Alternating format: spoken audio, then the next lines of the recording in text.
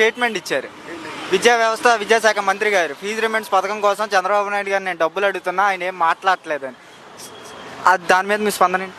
ఆయన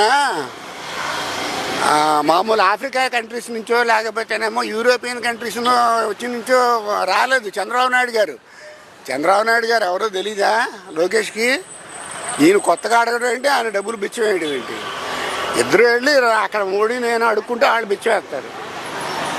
అది కానీ గతంలో జగన్మోహన్ రెడ్డి చేసిన అప్పుల వల్ల మీరు రాష్ట్రాన్ని అభివృద్ధి పాలు చేయలేకపోతున్నాం.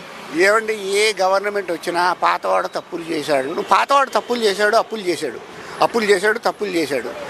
నువ్వు అంతకంటే ఎక్కువ శ్రీలంక అయిపోతుంది, కొలంబియా అయిపోతుంది, ఇథియోపియా అయిపోతుంది, అడుక్కునే దేశం అయిపోతుంది అన్నవాడు అంతకంటే ఎక్కువ పథకాలు ఇస్తానని ఎందుకు ఇప్పుడు మాట తప్పుతావు?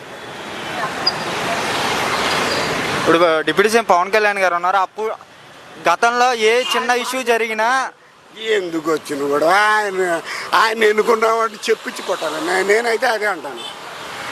పూటకో మాట, గడికో మాట, చేసే వేషాలు ఒకటి, చేసే పనులు ఒకటి. సనాతన ధర్మం అంట మోడీ గారు అన్నారంట, హిమాలయాలకు వెళ్తావు పవన్ అన్నారంట.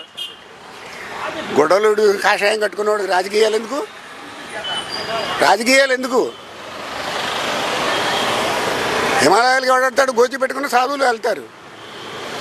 ఇవన్నీ వదిలేసి, సాంసారిక బంధాలన్నీ వదిలేసి అటువంటి రాజకీయాలు ఎందుకు?